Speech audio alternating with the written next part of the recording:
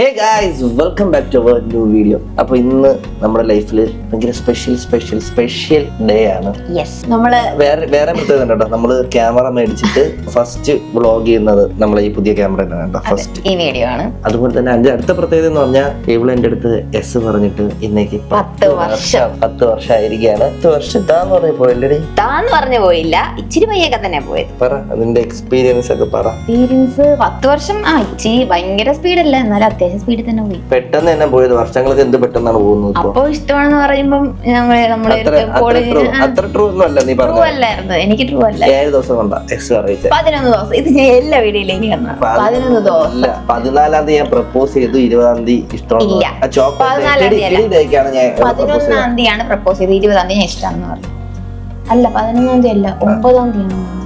11 ദിവസം chocolate diary വന്നോ teddy diary വന്നോണ് ഞാൻ ചോക്ലേറ്റ് ആയാലും ഒരു 2 ദിവസത്തെ വ്യത്യാസം. ഫെബ്രുവരി 20-ാം തീയതി സെറ്റായി. ചുമ്മാ പറഞ്ഞു. അത് പിന്നെ എങ്ങനെയൊക്കെ ആയി, ചുമ്മാ ടൈം പാസ്. ആ സമയത്ത് നമുക്ക് ലൈൻ ഇല്ല, വെറുതെ ചുമ്മാ ലൈൻ ഇല്ലേ, അതെന്തോ വേണോന്നാണ്. അപ്പൊ ചുമ്മാ ഒരു രസത്തിന് അങ്ങ് പറഞ്ഞു ഏതായാലും ലൈൻ ഇരിക്കട്ടെ. ഞാനും ചുമ്മാ.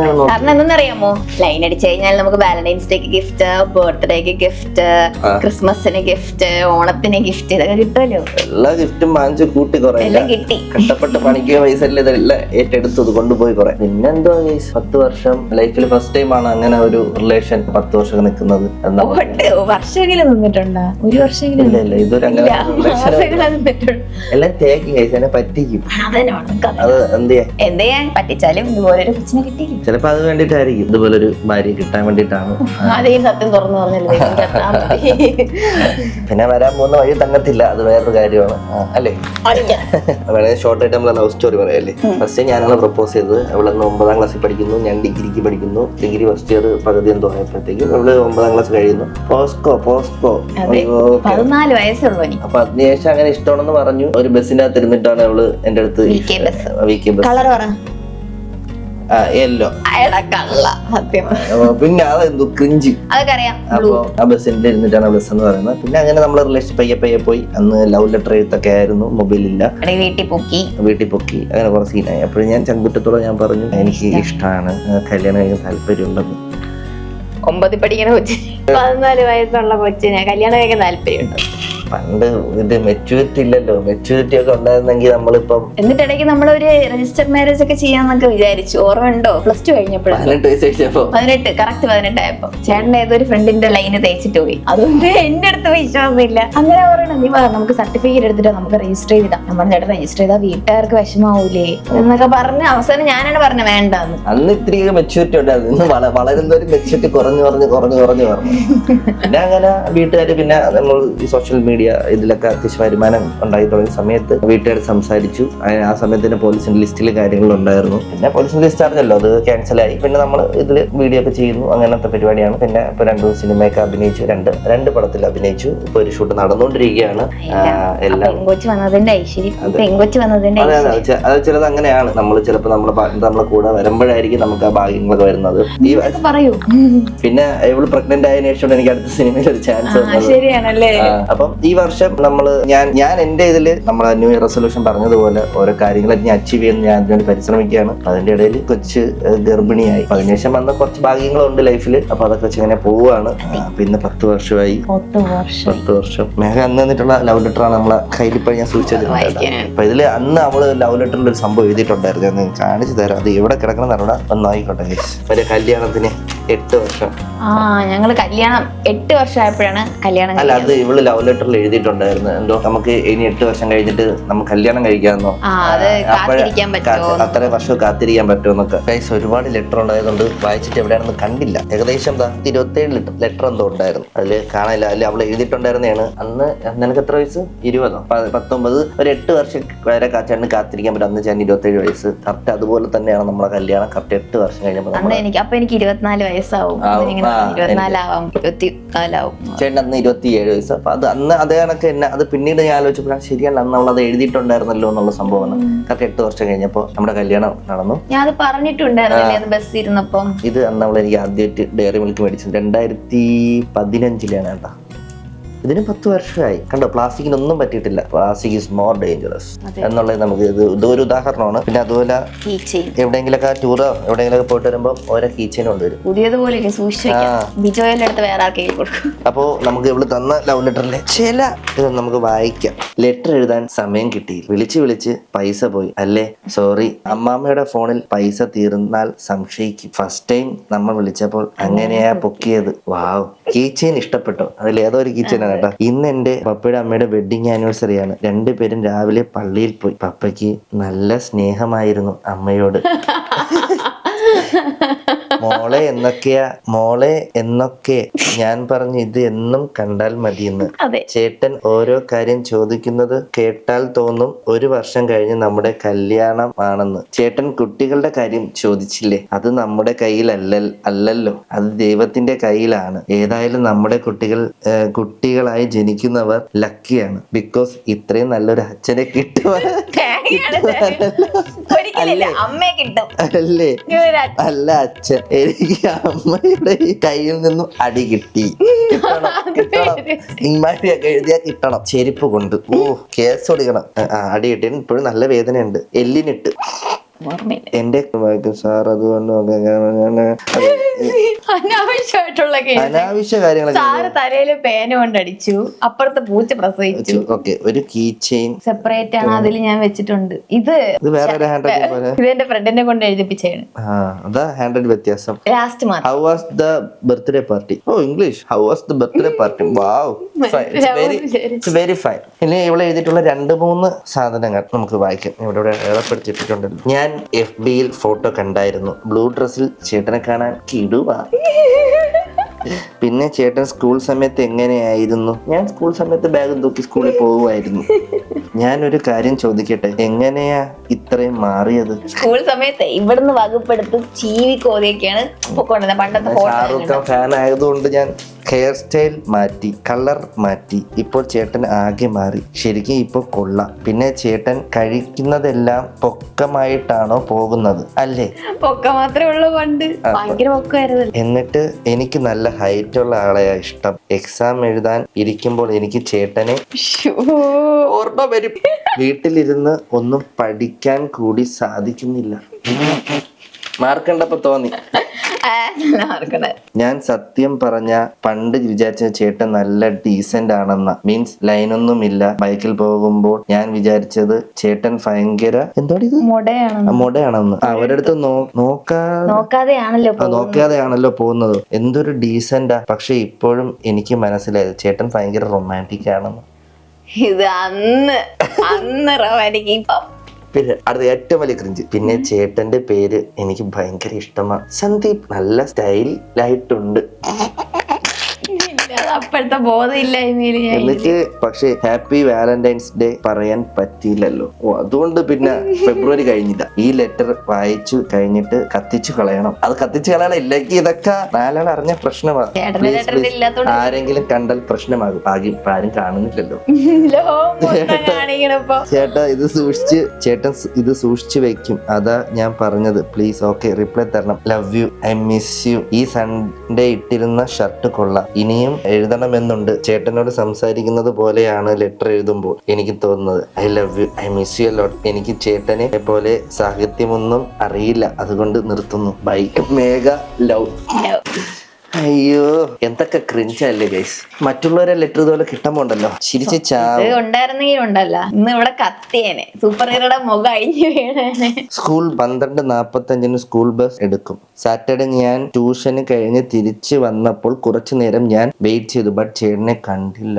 ഞാൻ കരുതി ചേട്ടൻ വീട്ടിൽ പോയി കാണുമെന്ന്. പൂരി ചപ്പാത്തി എനിക്കും ഇഷ്ടമാണ്. അമ്മ ഉണ്ടാക്കി തന്നില്ലെങ്കിലും കുഴപ്പമില്ല. കുറച്ചു വർഷം കഴിഞ്ഞ് ഞാൻ ഉണ്ടാക്കി തരാം. എന്റെ ജീവിതത്തിൽ കല്യാണം കഴിഞ്ഞ് 1.5 വർഷം 2 വർഷം ആറായി. എന്റെ അമ്മ അല്ലാതാ ഒരു പൂരി പൊട്ട് ചപ്പാത്തി ഞാൻ ചിക്കൻ ഉണ്ടാക്കി തന്നിട്ടില്ലേ? എഴുതിയതില്ലല്ലോ. ചപ്പാത്തിയും പൂരി ഉണ്ടാക്കി. ചേട്ടന് ഇഷ്ടപ്പെട്ടതൊക്കെ ഞാൻ ഉണ്ടാക്കി തരാം. ചിക്കൻ ഇപ്പം വെച്ച് തരും. പ്രോട്ടീൻ ഷേക്ക് അടിച്ചു തരും. വലിയ കാര്യല്ലേ ചിക്കൻ വെച്ച് എത്രയും തരുന്നുണ്ടല്ലോ. അപ്പൊ എത്രയൊക്കെ തന്നെയാണ് ഗൈസ്. ഇത്ര കേട്ടപ്പോ തന്നെ ഒരു ക്രിഞ്ച് ആയില്ലേ. ഇതിന്റെ അപ്പുറമാണ് ഓരോ ലെറ്ററും. അപ്പോ ഇതൊക്കെയാണ് നമ്മുടെ ലൈഫിലെ ചെറിയ ചെറിയ ക്രിഞ്ച് പരിപാടികൾ. അല്ലെങ്കിൽ റൊമാൻസ് എപ്പോഴും അല്ലെങ്കിൽ ലവ് എപ്പോഴും ക്രിഞ്ചാണ്. അത് അപ്പുറത്തുനിന്ന് കേൾക്കുമ്പോഴത്തെ ക്രിഞ്ചാണെന്ന് പറയുമെങ്കിലും അവന്റെ അടുത്തോട്ട് എത്തുമ്പോൾ ഇതൊക്കെ കുറച്ച് ക്രിഞ്ച്. നമ്മൾ ഇത് കേട്ട് ചിലപ്പോൾ നിങ്ങൾ ചിരിക്കും, പക്ഷെ നിങ്ങളുടെ ലൈഫിലും കാണാൻ ഇതുപോലത്തെ ക്രിഞ്ച് കാര്യങ്ങൾ ഉറപ്പായിട്ടും. പറയുമ്പോ എന്റെ ലെറ്റർ വായിച്ച് ചേട്ടൻ ചിരിക്കണുണ്ടല്ലോ, ചേട്ടന്റെ ലെറ്റർ വായിച്ചാൽ നിങ്ങൾ കമ നടന്ന് ചിരിക്കും. അത്രയാണ്. അതിനകത്ത് മണ്ണിലടിഞ്ഞങ്ങ് തീർന്നു. അതെ, അത് സീനായോണ്ട് ഞാൻ കത്തിച്ചളഞ്ഞു. ഇല്ലെങ്കിൽ അല്ല ഞാനാണ് കത്തിച്ചത്. അമ്മ സൂക്ഷിച്ചെടുത്ത് വെച്ച്. അപ്പൊ ഞാൻ പിന്നെ വായിച്ചിട്ട് വായിക്കുന്നവരെല്ലാരും വീഴും. അതാണ് പ്രശ്നം. പിന്നെ സാഹിത്യം നെറ്റ് നോക്കി കുറെ ഡൗൺലോഡ് ക്രോമി നോക്കിയിട്ട് നമുക്ക് എടുക്കാമല്ലോ. സാഹിത്യം ലവ് കോട്സ് എന്ന് എഴുതി കഴിഞ്ഞാൽ 1000 പൂക്കളുണ്ട്, അതുണ്ട് ഇതുണ്ട്, എന്നാൽ എനിക്ക് ചുമ്മാ അതൊക്കെ എന്തോന്നു. അപ്പൊ മേക്ക് ഞാൻ ഒരു സർപ്രൈസ് ഗിഫ്റ്റ് കൊടുക്കാൻ വേണ്ടി ഞാൻ ആഗ്രഹിക്കുന്നു. എന്താണെന്നുള്ളത് സർപ്രൈസ്. അപ്പൊ നമുക്ക് നേരെ ലുലു മാളിലോട്ട് പോകാം. നമ്മള് ലുലു മാൾ എത്തി. അപ്പൊ എന്തായാലും മേക്ക് ഏറ്റവും ഇഷ്ടമുള്ളതായിരിക്കും ഈ ഒരു ഗിഫ്റ്റ്. കാരണം എന്നും മേടിച്ചു തരുമ്പോൾ സാധനമല്ല. ഇത് ഉപയോഗം ഉണ്ടാന്ന് ചോദിച്ചാൽ വലിയ ഉപയോഗമല്ല, പക്ഷെ നീ എപ്പോഴും ഇവിടെ വന്നാലും നീ എന്റെ അടുത്ത് ചോദിക്കുന്ന ഒരു സംഭവം. അപ്പൊ അതായിരിക്കും നിനക്ക് ഞാൻ മേടിച്ചു തരാൻ പോകുന്നു. കുറച്ചുകൂടി ഉള്ളു നമുക്ക് എത്തും. എപ്പോഴും മേഘ ഇതൊരു എക്സിലേറ്ററിൽ പോയാലും ഒരു ദിവസം എന്നെ ഇവിടെ കൊണ്ടുവരണം എന്നൊക്കെ പറഞ്ഞിട്ടുണ്ടായിരുന്നു. അപ്പോൾ ഇന്നാണ് ആ ദിവസം. അപ്പോൾ ഞാൻ ടൈം ചലഞ്ച് കൊടുക്കുന്നില്ല, കാരണം പ്രഗ്നൻ്റ് ആയതുകൊണ്ട് ഇനി അതിൻ്റെ ഉദ്ദേശത്തിൽ ഓടി വല്ലതും പറ്റണ്ട. നിനക്ക് ഞാൻ 10,000 രൂപ തന്നിരിക്കുന്നു. നിനക്ക് ഇഷ്ടമുള്ളത് മേടിച്ചു. വൈകിട്ട് വരെ നിന്നാലും കുഴപ്പമില്ല. നിനക്ക് ഇഷ്ടമുള്ള സാധനം മേടിച്ചു. നമ്മളിവിടെ വെയിറ്റ് ചെയ്യും. അയ്യോ, നീ അനിയത്തിനെയും വിളിച്ച് അമ്മേനെയും വിളിച്ച് അമ്മമ്മയും വിളിച്ചോണ്ട് ഓടി വന്നൊരു വട്ടമേശ സമ്മേളനം ചേർത്തിട്ട് പോയി എടുത്തു. നമുക്ക് ചെറിയ രീതിയിൽ ടൈം കൊടുക്കുന്ന ബെറ്റർ ആയിരിക്കും. ഇല്ലെങ്കിൽ നമ്മൾ വൈകിട്ടവരോട് നിൽക്കേണ്ടി വരും.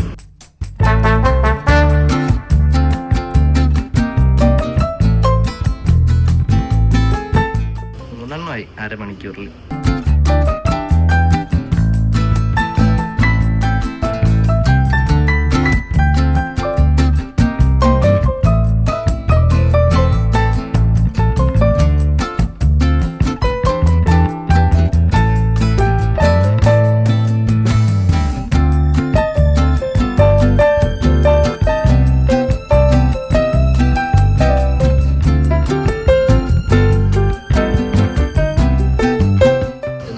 ചലഞ്ച് കൊടുത്തിരുന്നെങ്കിൽ തോറ്റനെ കേട്ടോ. ഒന്നും എടുക്കാൻ പറ്റാത്തതിന്റെ കളർന്ന് വരും. ഇതൊക്കെ വാങ്ങിച്ചു കൊടുത്താൽ മതി. വാലന്റൈൻസ് ഡേക്ക് തന്നു. അതാണ് ഇത്രയും ചെറിയ സാധനം 400 രൂപ. ഇവിടെ ഇരി ഭാഗ്യം നമ്മളൊന്നും പെണ്ണായിട്ട് എനിക്കകത്ത് നമുക്ക് വലിയ ചെലവില്ലേ. കണ്ടാ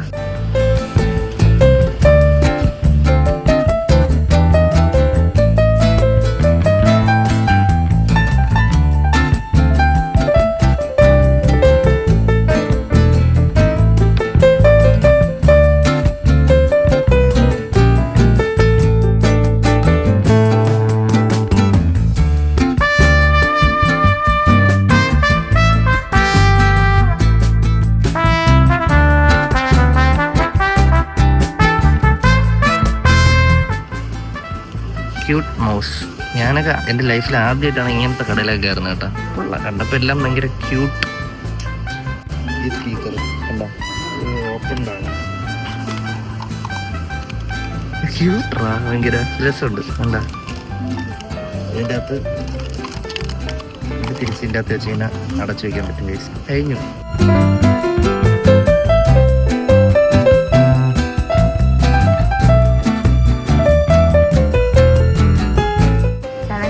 ആയതേ ഉള്ളൂ. ബാക്കിക്ക് കൂടി എടുക്കണം. ഇതുപോലത്തെ ഭർത്താവിന് എവിടെയെങ്കിലും കിട്ടുമോ? എന്ത് പറ്റിയെന്ന് അറിഞ്ഞൂടാ. ഇത് നല്ല മൂടില്ല.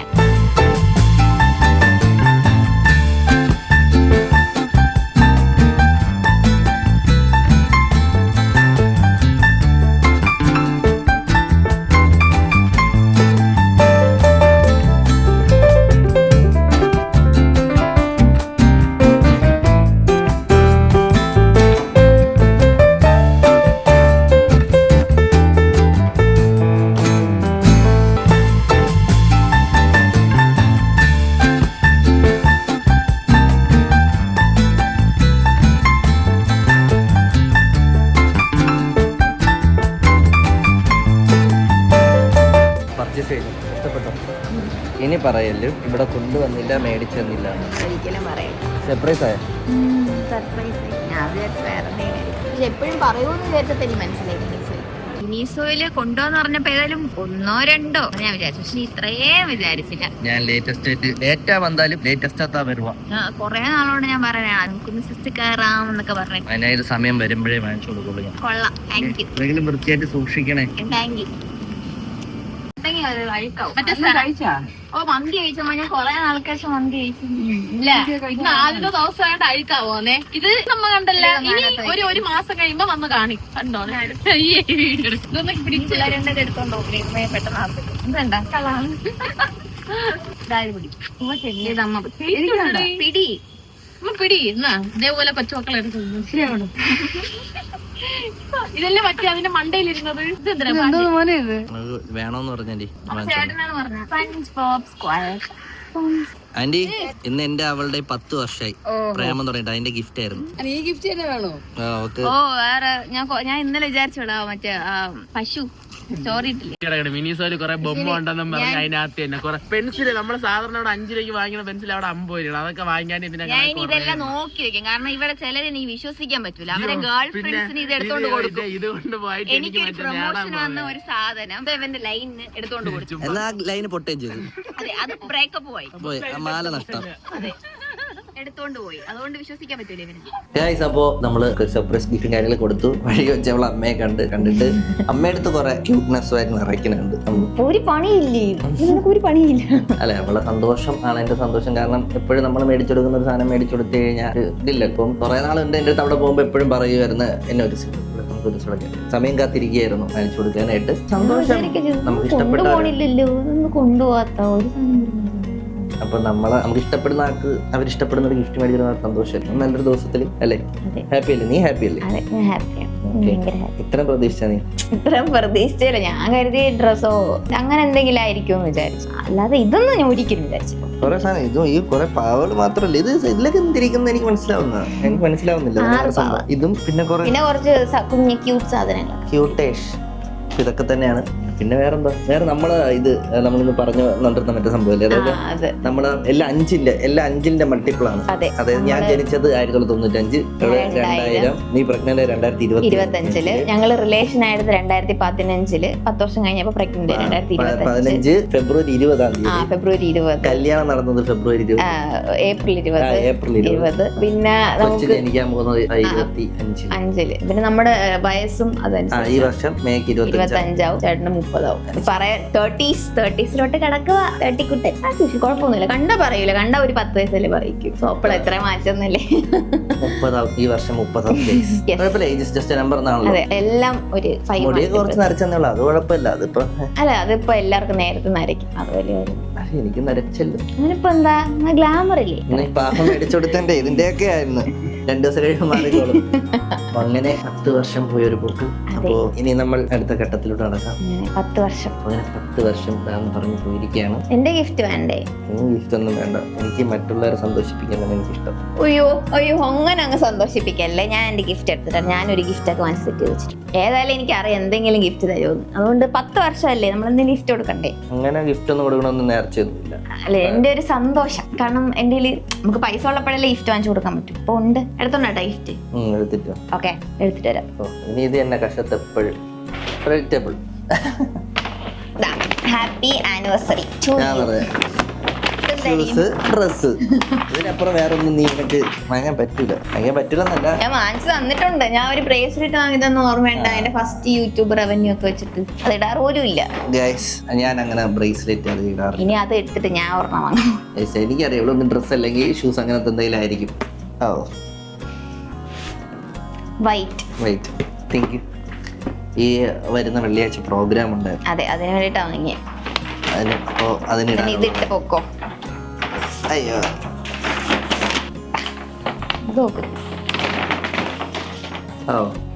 വെറൈറ്റി ആണല്ലോ നമ്മള് ടീഷർട്ടും.